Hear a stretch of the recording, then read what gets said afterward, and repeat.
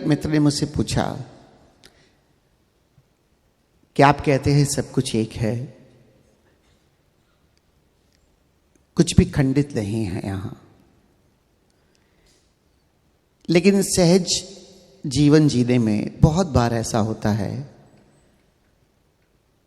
कि कोई हमें कष्ट पहुंचाता है, तो क्या हम उसको भी सहज माने? मैंने उससे पूछा, पहले तो ये बताओ कि तुम्हें कोई कष्ट पहुंचाता है, कष्ट किसको पहुंचता है?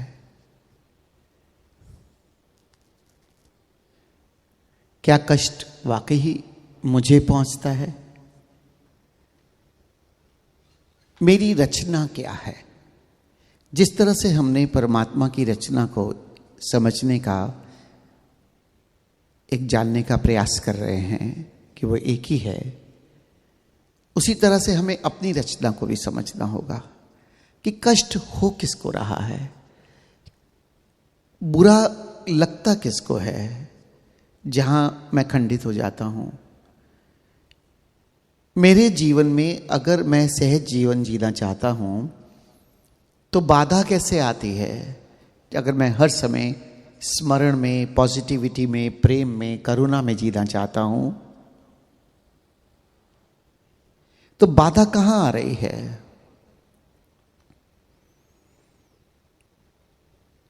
एक है मेरा शरीर, कोई आकर सीधा मुझे, मेरे शरीर को चोट पहुंचाए, किसी भी तरह से कोई हिंसा कर रहा है। अब ये समझ में आती है कि शरीर को चोट लग रही है, अगर शरीर को चोट लगेगी तो शरीर रिएक्ट करेगा। शरीर कैसे रिएक्ट करेगा? अगर घाव होगा तो उसमें से रक्त का रिसाव होगा, खून निकलेगा। अगर घाव नहीं हुआ फिर भी चोट पहुंची तो शरीर की वो नर्व जिस पे चोट पहुंची है, स्वेलिंग आए या कुछ आए, उस तरह से रिएक्ट करेगा। अब ये बॉडी की तरह रिएक्ट करेगी। शरीर को किसी ने नुकसान पहुंचाने की कोशिश की है, शरीर रिएक्ट करेगा। ऐसे ही थोड़ा भीतर चलते हैं, ये मन है।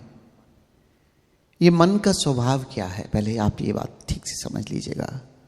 मन का स्वभाव है द्वंद्व पैदा करना, और ये द्वंद्व पैदा करना हमारी सुरक्षा के लिए है। एक बात और भी समझना, अगर मन हमारे फेवर में नहीं होता तो परमात्मा ने ये मन बनाया ना होता। वो जो अस्तित्व है उसने हमें क्रिएट किया है, और हम सोचते हैं कि हम परमात्मा की प्रेम की एक सर्वश्रेष्ठ अभिव्यक्ति है, प्रेम की अभिव्यक्ति है, तो वो हमारा दुश्मन तो नहीं है। उसने मन बनाया, कोई तो पर्पस होगा। मन का ही एक हिस्सा है अवचेतन मन, सबकॉन्शियस, जिसमें सारे अनुभव, ये जो आपके ध्यान के अनुभव हैं, ये कहाँ जाएंगे? वो आपके सबकॉन्शियस में इकट्ठे हो जाते हैं। उसी तरह से ये कॉन्शियस माइंड है ऊपर, जो हर चीज देख रहा है, हर चीज ग्रहण कर रहा है। अब यहाँ कॉन्शियस माइंड में द्वंद्व पैदा होता है, कभी कहता है ठीक, कभी कहता है गलत। एक व्यक्ति को आज हम बहुत प्रेम करते हैं, अगले दिन उस आदमी से हमारा झगड़ा हो जाता है और वो आदमी हमें अच्छा नहीं लगता। 2 दिन के बाद फिर लगता है अरे नहीं छोड़ो, क्या रखा है, फिर उससे प्रेम शुरू कर देते। फिर 2 दिन के बाद वो आदमी हमें अच्छा नहीं लगता, सोचता है कि बड़ा नटखट है, बहुत परेशान करता है, बहुत नॉटी है, फिर आप उससे कहते हो थोड़ी दूरी साध लो। ये कौन है जो कभी प्रेम, कभी घृणा, कभी ईर्ष्या, कभी नफरत, कभी अपने ही प्रेम के क्षणों के ऊपर प्रश्न चिन्ह कि कल मैं इस व्यक्ति के प्रति प्रेम में था, क्या सच में ये मेरे प्रेम को डिजर्व भी करता है? हर चीज पर एक प्रश्न चिन्ह। ये कौन लगा रहा है? हम सबके साथ ही होता है। ये कौन लगा रहा है? ठीक से समझ लो पहले इसको। ये हमारा मन जो द्वंद्वात्मक है, क्योंकि द्वंद्व उसका स्वभाव है। जैसे शरीर का स्वभाव है, ऐसे मन का भी स्वभाव है। वो रिएक्ट करता है, अपनी मनस्थिति के अनुसार घटना को ले लेता है। अपनी मनस्थिति पॉजिटिव है, अपनी मनस्थिति प्रेमल है, अपनी मनस्थिति में अभी कुछ ऐसी शिकायत नहीं, तो दूसरे की बड़ी से बड़ी बात भी इग्नोर कर देगा। और अपनी मनस्थिति अच्छी नहीं है, अपनी मनस्थिति में पहले ही मैं मन के बहुत अधीन हूँ और नेगेटिव पॉजिटिव द्वंद्वात्मक में मुझे उसने नेगेटिव किया है, तो दूसरे की अच्छी बात भी हम उल्टी होकर कर लेते हैं। ये हमारा स्वभाव है मन का। तो ठीक से समझ लो कि कष्ट हो किसको रहा है और मूल्यांकन करने वाला कौन है। कौन है जो मुझे तोड़ रहा है। मैं खंडित नहीं होना चाहता। चलो मैंने मान लिया परमात्मा एक ही शक्ति है, अस्तित्व है। अस्तित्व, एग्जिस्टेंस, सोशल ने बहुत सुंदर नाम दिया, व्हाट विच एग्जिस्ट। और जो एग्जिस्ट कर रहा है वो एग्जिस्टेंस है, और जो एग्जिस्ट कर रहा है वो कौन है। और यहां पर पूरा संसार एग्जिस्ट कर रहा है। तो अगर संसार एग्जिस्ट कर रहा है तो संसार क्या है? मेरे और आपका जोड़, घटनाओं का जोड़, यही तो एग्जिस्ट कर रहा है। यहाँ आप यहाँ एग्जिस्ट कर रहे हैं इस मंदिर में, मैं यहाँ एग्जिस्ट कर रहा हूँ, और हम सबके बीच में ये खालीपन भी एग्जिस्ट करता है। इस समय और क्या है? और कल स्वामी जी अक्सर समझाते हैं, दीवारों को निकाल दिया जाए तो पूरा जगत एग्जिस्ट करने लगेगा। अगर हम बाहर गार्डन में चले जाएं, अब पूरा आकाश हमारे भीतर एग्जिस्ट कर रहा है, सब कुछ एग्जिस्ट तो कर रहा है। उसी तरह संसार में ये घटनाएं भी तो एग्जिस्ट कर रही हैं। हर पल मेरे जीवन में, हर पल एक घटना घट रही है, वो मेरे जीवन में एग्जिस्ट कर रही है। आप यहाँ हो, मैं यहाँ हूं, ये हम दोनों की घटना है, ये एग्जिस्ट कर रही है। माना कि हमने चुना यहां होना, लेकिन ये भी किसने चुना? एक शरीर ने, एक मन ने, जिसने कहा कि हमें सदगुरु के पास बैठना है, जाकर सीखना है, जाकर परेशानी होती है उसका हल निकालना है। एक भावना जो प्रेम की है ओशो से, स्वामी जी से, माँ से, जो हमें खींच कर ले आती है। और उसके बाद इसमें मैं भी इन्वॉल्व हूं। मैं मतलब मेरी चैतन्यता, मेरी कॉन्शियसनेस जो यहां आकर ध्यान में ग्रो भी कर रही है। तो किसी घटना में ये सारा साइकोसोमैटिक कॉम्प्लेक्स इन्वॉल्व है, किसी घटना में केवल शरीर इन्वॉल्व है, किसी घटना में केवल मन इन्वॉल्व है, और किसी घटनाओं में केवल हमारी भावनाएं इन्वॉल्व हैं। गलती कहां हो रही है? क्योंकि बात तब पूरी होती है हमें डायग्नोस करके समस्या भी समझ में आए कि तोड़ कौन रहा है और उसका हल भी हो, तब तो बात पूर्ण होगी। क्योंकि ये तो हम बचपन से सुनते आए, मेरे भीतर आत्मा है, वो परमात्मा है, आत्मा परमात्मा का अंश है। कुछ हुआ? कुछ नहीं हुआ। जिस भी बाहर, इसलिए ओशो ने उदार ज्ञान से कहा कि बचो, अपने अनुभव, अपने जीवन में, अपने कर्मों से, अपने जीवन से सीखो। और सबसे बड़ा गुरु अगर कोई है इस दुनिया में तो सिर्फ मेरा मैं हूं, क्योंकि मैं सीख रहा हूं, मैं ही सिखा रहा हूं। बाकी सब बाहर है, परमात्मा भी बाहर है, सदगुरु को हम अपना कहते हैं, वो भी बाहर है। बाहर से हमें कुछ देने का, सिखाने का प्रयास कर रहे हैं। लेकिन जो मैं हूं, मैं अपने भीतर हूं, पास से भी पास हूं। और जो मैं सिखा सकता हूं मुझको, अपने आप को, कोई नहीं सिखा सकता। क्यों? क्योंकि मैं हर पल अपने आप को देख सकता हूं, हर पल अपने आप को नग्न देख सकता हूं, हर पल अपने आप को, अपने विचारों को, अपनी भावनाओं को उठता हुआ गिरता हुआ देख सकता हूं। इस दुनिया में मेरे सिवा कोई भी मुझे नहीं जान सकता। अगर सच पूछो तो आपके सिवा भी आपको कोई नहीं जान सकता। अंदाजा लगाया जा सकता है आपसे मिलकर, आप मुझे मिलकर, ये व्यक्ति अच्छा है, बुरा है, इस व्यक्ति के साथ मुझे अच्छा लगा, थोड़े समय बाद बुरा भी लगेगा। आज कोई कुछ कह देगा, उस बात का प्रभाव पड़ जाएगा, अपने सारा अनुभव छोड़ देंगे। किसी के प्रेम में अगर आप हो, थोड़ा पॉजिटिविटी हो, तो दूसरे की बातों का प्रभाव नहीं पड़ेगा। पॉजिटिव बातों का ही प्रभाव पड़ेगा। आप किसी के विरुद्ध हो, आपके भीतर आपके मन ने, आपकी भावनाओं ने ऐसी कृति बनाई हुई है, तो कुछ भी बोलेगा तो वो आपके खिलाफ, आप उसको वही मानने लग जाओगे। लेकिन निर्णायक कौन है? मैं खुद, कोई और नहीं। तो ये जो जीवन मुझे परमात्मा से तोड़ रहा है, जो हर पल मैं वही हूं, उसमें इन तीनों का बहुत बड़ा रोल है, मेरे शरीर का, मेरे मन का और मेरी भावनाओं का। कितना भी गहरा प्रेम हो, यह मन प्रश्न खड़ा कर देता है। ओशो ने बहुत सुंदर बात की ईशावासी उपनिषद में, कहते हैं कि बुद्धत्व का अनुभव भी जब होगा, इतना प्रगाढ़, इतना गहरा, लेकिन मन फिर संदेह उठा देगा उसके प्रति भी। पढ़ के देखना, और उसके प्रति भी ये संदेह पैदा करेगा, लेकिन अपने अनुभव पर विश्वास रखना, मन पर नहीं, क्योंकि ये तो हर चीज के लिए संदेह पैदा करता है। इसका काम है, इससे परेशान होने की जरूरत नहीं है। इसका काम है, ये संदेह पैदा करेगा, क्योंकि संदेह पैदा करेगा तभी श्रद्धा पैदा होगी। ओशो ने यहां भी बोला कि सीधा किसी पर श्रद्धा मत करना, पहले संदेह करना, फिर संदेह पे भी संदेह करना, और फिर उसके बाद जो उत्पन्न होगी, जो बचेगी, वो श्रद्धा होगी। क्योंकि शायद ओशो इस बात को हमें समझाना चाहते हैं कि ये मन का काम है।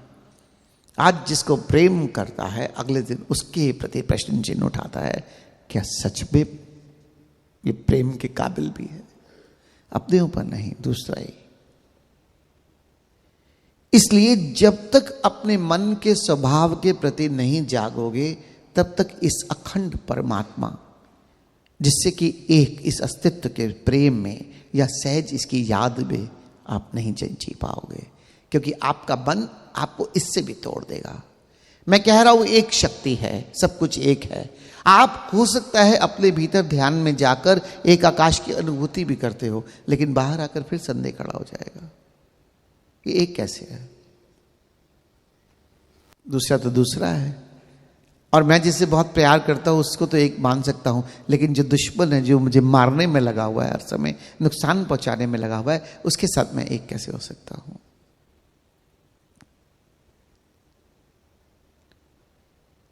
ये एवोल्यूशन ऑफ लिविंग, जो लाइफ है, इसको समझना। हर व्यक्ति यहां विकास, हर व्यक्ति यहां डेवलप हो रहा है, हर व्यक्ति यहां विकसित हो रहा है, और इस विकास में इतना ही है, आज हम यहां पर इस मंदिर में स्वयं की खोज कर रहे हैं, और कोई व्यक्ति संसार में उग्रवाद फैला रहा है, हिंसा कर रहा है, ऐसा मत समझना कि उसके भीतर परमात्मा कम है या वो एक का हिस्सा नहीं, वो भी एवोल्यूशन का हिस्सा है। हम एवोल्यूशन में, हम विकास में, हम विकसित होते होते यहां तक आ गए कि हम प्रेम, करुणा और आनंद में जीना चाहते हैं, और वो व्यक्ति अभी विकास के रास्ते में है।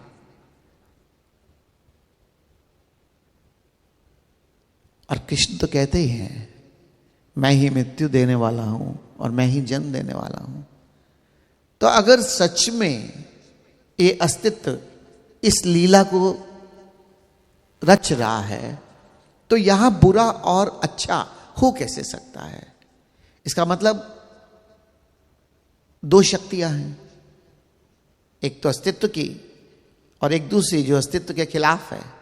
एक जिसने सब कुछ बनाया और एक जिसने सब कुछ बिगाड़ा, एक जिसने जन्म दिया, एक वो जो मृत्यु दे रहा है। क्या वो दो शक्तियां हैं? हिंदुस्तान में या इस तरह से पूरब में जहां अध्यात्म है, वहां एक ही माना गया है, लेकिन निश्चित तौर पर यहूदियों के पास चले जाओ तो कहते दो शक्तियां हैं, एक शुभ और एक अशुभ। वो उनकी परिभाषा है, लेकिन हमारा वेस्टर्न माइंड हो गया तो हमें भी द्वंद्व आने लगा। लेकिन उससे पहले 50 साल पहले कभी किसी ने कुछ तो नहीं समझा था। हमारा विकास, हमारे मन का विकास हमें तोड़ता है। क्यों? तोड़ते तोड़ते तोड़ते तोड़ते अंत में सोचेगा कि वो एक है। इसलिए नेति नेति की विधि भी बनाई, ये भी छोड़ देना कि मैं नहीं हूँ, ये भी छोड़ देना मैं नहीं हूँ, ये भी छोड़ देना कि मैं नहीं हूँ, फिर जो बचेगा मैं वही हूँ। और जब समझोगे कि मैं वही हूँ तो फिर पाओगे कि सब कुछ वही है। बात सिर्फ और सिर्फ इतनी है, जितना अस्तित्व को समझना आवश्यक है उतना स्वयं को समझना आवश्यक है, क्योंकि हम हैं तो एक ही। अस्तित्व को समझना अस्तित्व की दृष्टि से, दूसरे पहलू से, दूसरी डायमेंशन से, और अपने को समझना दूसरी डायमेंशन से, लेकिन दोनों है एक ही। ये मानो कि एक ही रस्सी के दो सिरे हैं, रस्सी तो एक ही है। एक अस्तित्व की तरह अस्तित्व से समझने का प्रयास करना, एक दूसरा छोर है जो मैं हूं, जिस मैं में मेरा मन है जो संदेह पैदा करता है, मेरी भावनाएं हैं जो भावनाएं भी द्वंद्वात्मक हैं, कभी पॉजिटिव और कभी नेगेटिव, कभी सकारात्मक दृष्टिकोण में मैं जीवन जीता हूं, कभी नकारात्मक जीवन दृष्टि में जीवन जीता हूं। लेकिन जब तक मैं इनके आवेश में हूं तभी तक ये दो होंगे। जब मैं अपने डोमिनेशन में आ जाऊंगा, जब मैं स्वयं में केंद्रित हो जाऊंगा, जब स्वयं से मेरा तादात्म्य गहरा जाएगा, तब दो नहीं बचेंगे। इसलिए आवश्यक है स्वयं से तादात्म्य बनाना। इसीलिए आवश्यक है ध्यान में जब भी गहराई में थोड़ी देर के लिए सही, जब निर्विचार निर्विषय होते हो, जब कुछ भी नहीं होता, उस समय जो होता है वही आप हो। उस आप से अपना तादात्म्य बनाओ और उससे इतना तादात्म्य बनाओ कि उसी की याद में जीते चले जाओ, रीलिविंग करो। एक ध्यान जो हम सुबह करते हैं अपने घर में या शाम को करते हैं, उसकी जो भी अनुभूति है उसकी रीलिविंग करो। जब तक रीलिविंग नहीं करोगे तब तक वो तुम्हारे जीवन का हिस्सा नहीं बन सकता। और जब तक उस ध्यान को करके बस भूल जाओगे, मन फिर काबू करेगा और वो सब धूमिल हो जाएगा। इसलिए रीलिविंग करनी बहुत जरूरी है। अब बार बार तो मैं ध्यान नहीं कर सकता, पूरे दिन मुझे काम करना है, मुझे धन चाहिए, मुझे साधन चाहिए, मेरे आसपास मेरे मित्र हैं, मेरे परिवार हैं, मेरे दोस्त हैं, मेरे काम की जगह है, मुझे सबके साथ डील करना है। मैं सबसे टूट नहीं सकता, सब तो मेरा हिस्सा है। मैं किसी से भी विरोध में कैसे चला जाऊं, मैं किसी की भी अवहेलना कैसे कर दूं, मैं किसी से भी अपने आप को कैसे तोड़ दूं। इसीलिए ओशो ने पुराने धर्म को कहा छोड़ो, जो नया धर्म ओशो ने दिया है उसमें कहा कि भागना नहीं है, छोड़ना नहीं है, जागना है। जाग जाओ, किसी भी रिश्ते से भागना नहीं है, सब तो तुम्हारे हैं। हम कमियां निकालने लगते हैं अपने रिश्तों की, अपने नातों की, अपने संबंधों की, उनकी बातों की, उनके जीवन जीने के ढंग की। हर आदमी यहां पर अद्वितीय है, उसकी एक जीवन शैली है। अगर मैं अपने पर दृष्टि डालकर अपने जीवन शैली को अद्वैत में, अपने जीवन शैली को उस एक में, अपनी जीवन शैली को जो स्वयं में मेरा होना है उससे जोड़ दूंगा और हर व्यक्ति ऐसे जोड़ देगा, पूरा समाज प्रेमल हो जाएगा। किसको बदलोगे? किसी को नहीं, स्वयं को बदल लो, पूरा जग बदल जाएगा। हमारी दृष्टि बदल जाए बस। जैसी दृष्टि वैसी सृष्टि, जैसी दृष्टि हमारी हो जाएगी वैसी हमें सृष्टि मालूम होने लगेगी। काम सिर्फ और सिर्फ अपने पे करना है। इसलिए प्यारे मित्रों, एक बात का सिर्फ ख्याल रखना, शुभ अशुभ, सही गलत, सुंदर करूप, ये सब परिभाषाएं हमारे मन की है। इनसे मुक्त हो जाओ, तभी उस एक के साथ एकत्व में जी पाओगे, जहां कुछ भी बुरा नहीं, कुछ भी अच्छा नहीं, कुछ भी सही नहीं, कुछ भी गलत नहीं, बस ऐसा है और जैसा है वही जीवन है। लेकिन ऐसा है तभी मानना जब अपनी शून्यता से, अपनी शून्यता में स्थिर हो जाओगे।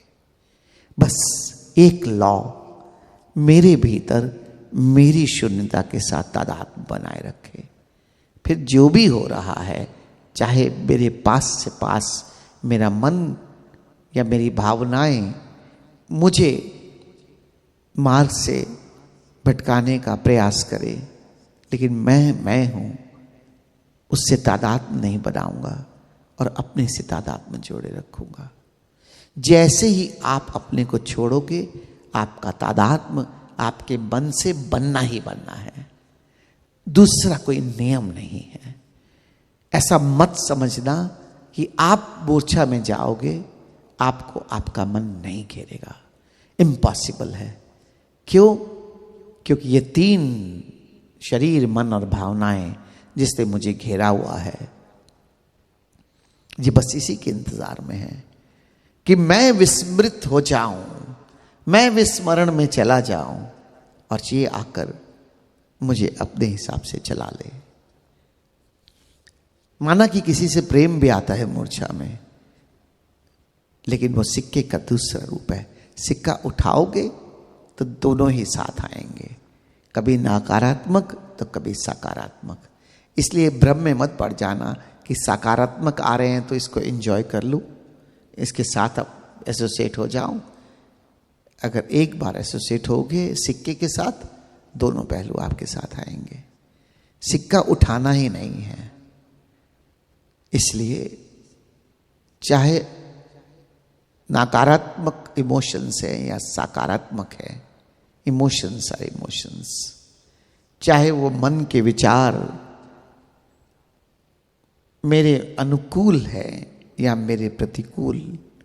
मैं अगर सोचता हूं कि विचार बड़े सुंदर आ रहे हैं, अगर आपने उससे भी एसोसिएट किया तो नेक्स्ट मोमेंट आप दूसरी तरफ जाओगे, क्योंकि वो द्वंद्वात्मक है।